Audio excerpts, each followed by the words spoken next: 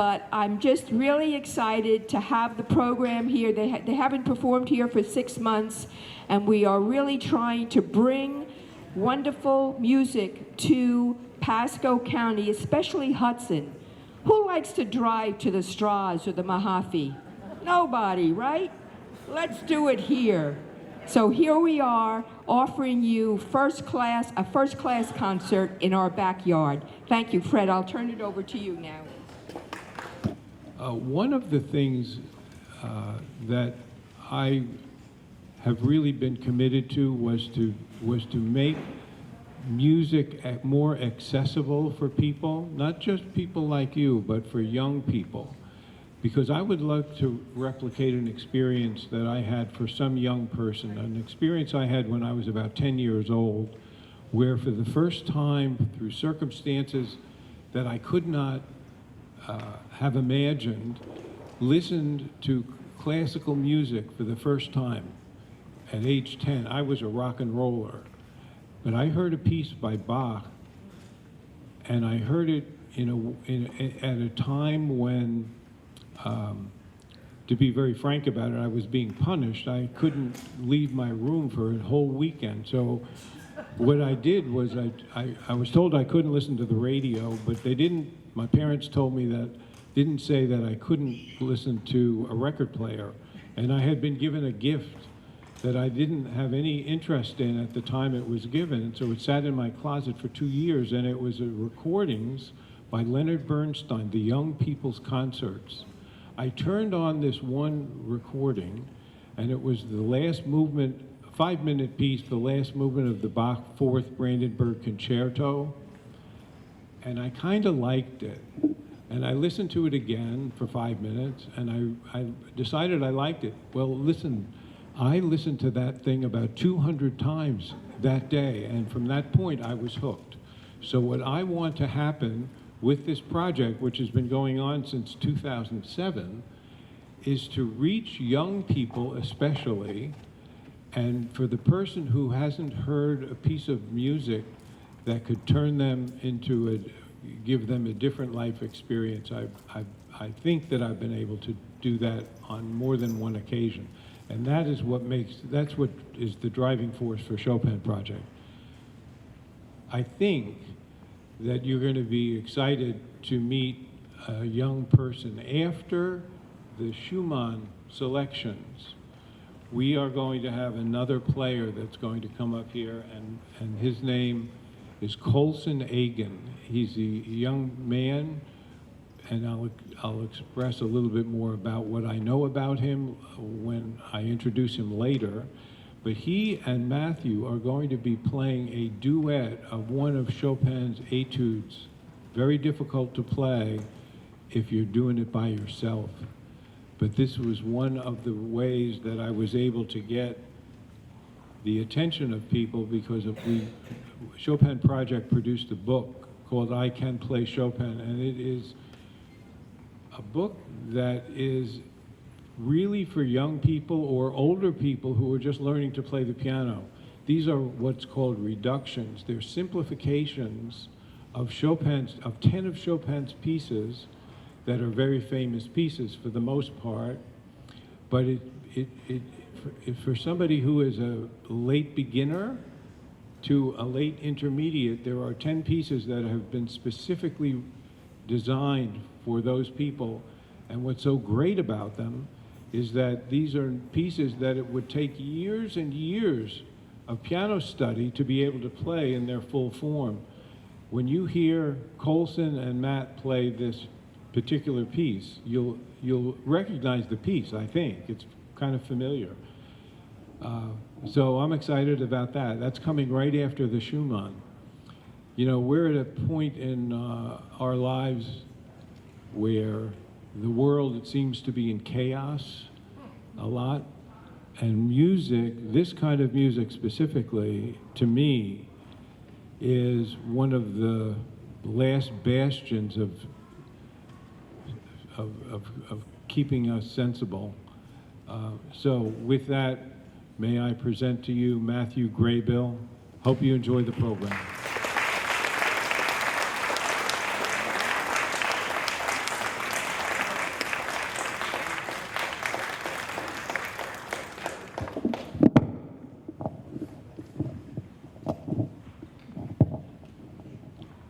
Great to see you all. Thank you all for being here. And I want to extend my thanks to the library, also to Roz and Fred for all of the amazing work they did putting this together. And thank you all for being here. It's wonderful to see so many of you.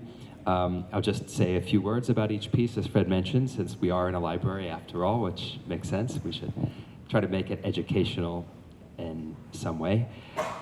This program is centered around Chopin, but I'm also going to explore some of the other musical figures from his time and actually begin with a work by Beethoven, who was, a figure that loomed large in music history back then and very much to this day. And this is actually one of his most beloved works, one of the most beloved pieces of music of all time, the Moonlight Sonata. And I think you probably all know the first movement, but actually this work has 3 movements. And although we know it, I really don't need to make an introduction. What I just want to point out is that at the time that this was written in 1801, this work was incredibly radical and revolutionary. Nothing like this had ever been composed before. A piano sonata or a sonata of any instrumentation always began with a fast movement that followed a very formulaic structure. And here we have this incredibly dreamy, ethereal, otherworldly sound. So I just tried to remind myself what it must have been like to attend the premiere back in 18 when you went to a concert, had a certain expectation of what you were about to hear, and then you heard this. And if we can just put ourselves back in time and relive this very, very popular work with a little bit of freshness, maybe it'll give us a new perspective on it. And I hope you enjoy hearing Beethoven's Sonata in C-sharp minor, opus 27, number 2, which I should also point out was very influential to Chopin, and I think you'll hear some thread connecting this to what Chopin did some 30 years later.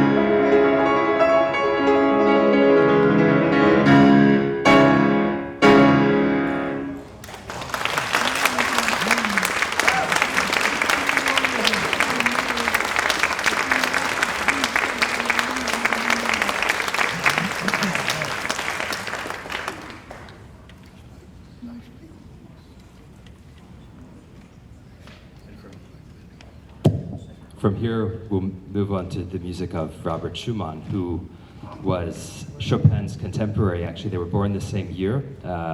Liszt was born the following year, and another great composer from that time, Felix Mendelssohn, was born the year before. So, as you'll see, this was an incredibly fertile time for great composers and great musicians, all born within a few years of each other. And Schumann and Chopin, actually, very early on in their life, each contributed to the other's success.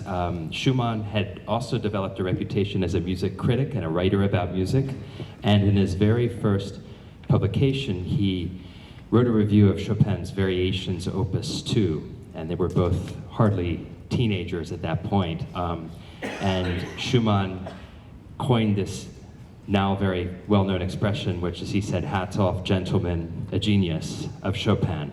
And that quotation stuck throughout time. People still use that to describe Chopin today, and it's kind of associated with the two of them. And throughout his life as a critic, Schumann was always incredibly effusive and complimentary towards Chopin, his latest works that he published and so forth. Apparently it was a somewhat one-sided relationship, because Chopin himself apparently never assigned Schumann's music to his own students. So it's kind of an interesting one-sided friendship in a way, but I think there was probably a reasonable amount of respect there nonetheless. And there were many similarities, early romantic music of the time between the two, but there were some differences as well, and you'll see a little bit of that in these four little pieces I'll play, which are from a series called Kinderszenen, which is Scenes from Childhood.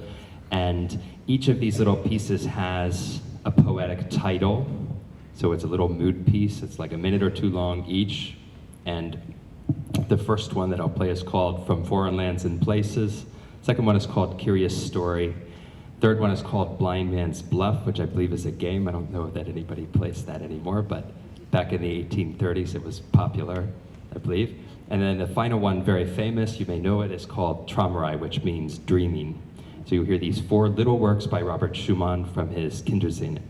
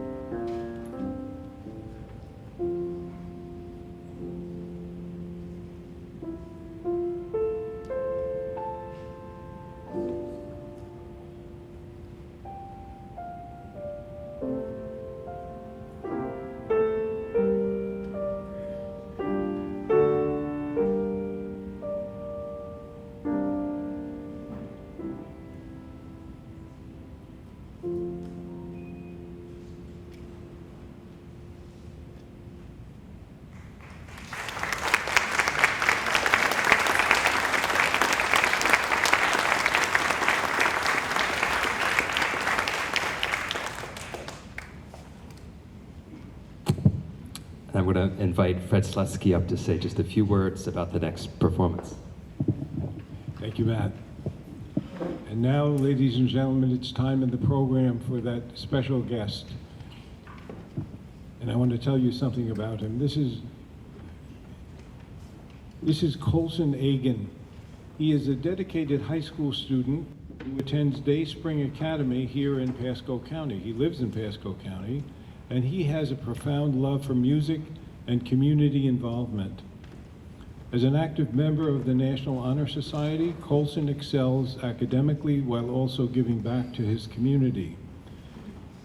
He's been mastering the piano since grade 3, showcasing his talent through performances in his church youth group and worship band.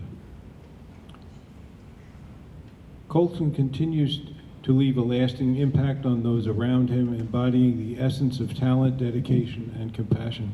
Ladies and gentlemen, please welcome Colson Agan.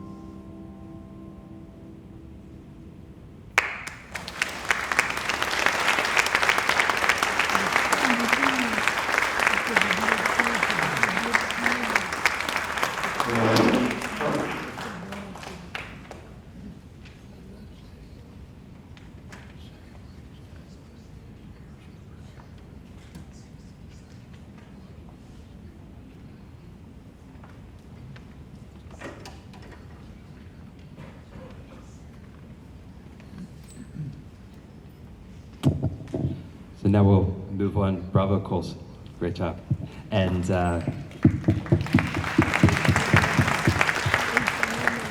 we'll move on to some more music by Chopin. This is one of his polonaises, Polonaise in C-sharp minor, Opus 26, number 1. And Polonaise is one of the national dances of Poland, along with the mazurka, which were near and dear to Chopin's heart. The mazurka, which I won't play today, is a more intimate form of expression for Chopin, very personal, very inward. The Polonaise is, I believe, where he more outwardly expressed his national pride, his sense of identity. And these Polonaises, in a way, remind me a little bit of an anthem. There's an A section that's very triumphant, very military-esque, I think kind of illustrating the power and might of the country, the pride of the country. And then there's a B section, the middle section, which is more vulnerable, that shows the sort of compassion and that has a hymn-like quality to it. And then, of course, at the end, the A section comes back and it ends triumphantly. So this is a C-sharp minor Polonaise by Chopin.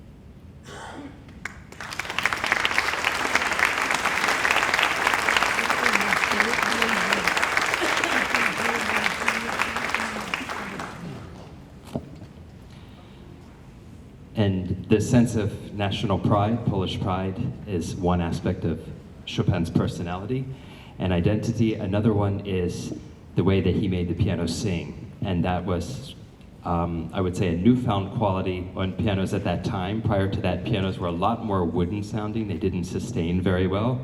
So it was actually very hard to create elongated tones on the piano that in any way resembled the voice.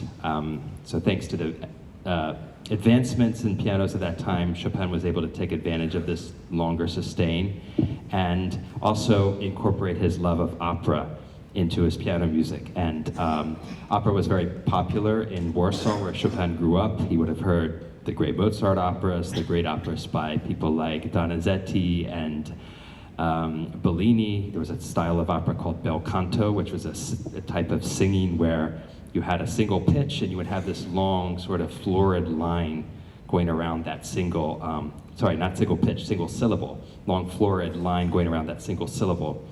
And Chopin beautifully integrated that into the piano. So this next work that I play will show that singing aspect of Chopin, and this is actually the second movement of his Piano Concerto No. 2, which is actually for piano and orchestra. So as you see, there's not an orchestra here today, so I'm going to do my best to be my own orchestra and integrate some of the orchestral parts into the solo part. So wish me luck, because it's a little tricky, but I'm going to try my best, and I hope you enjoy this Larghetto from the Piano Concerto No. 2.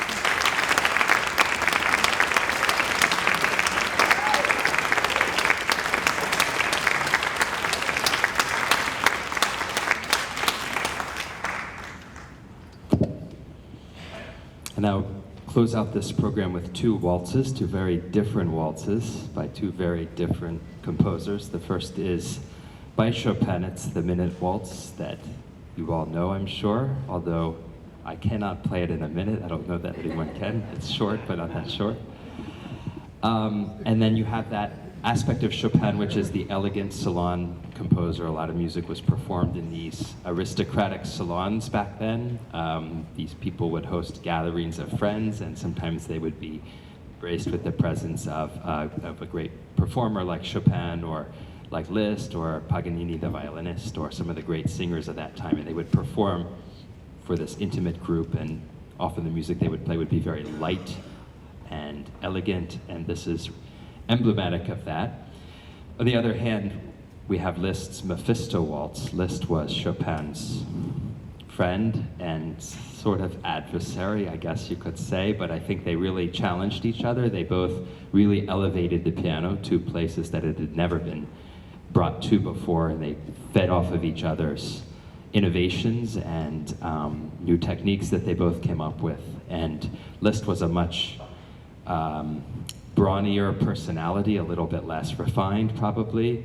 And the Mephisto Waltz is actually based on a story about Mephistopheles, who some of you may know as the devil. And there's another character named Faust, and Faust sells his soul to the devil in exchange for youth and vitality and all of those things.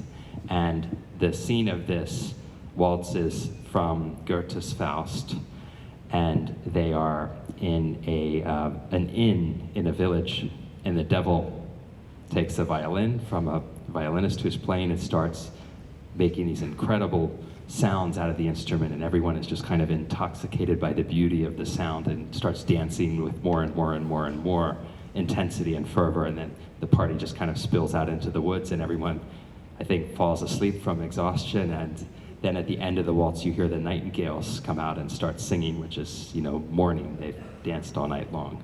And this is kind of a volcanic, intense work, and I think you'll hear the huge contrast between the personality of Chopin and the personality of Liszt in these two works.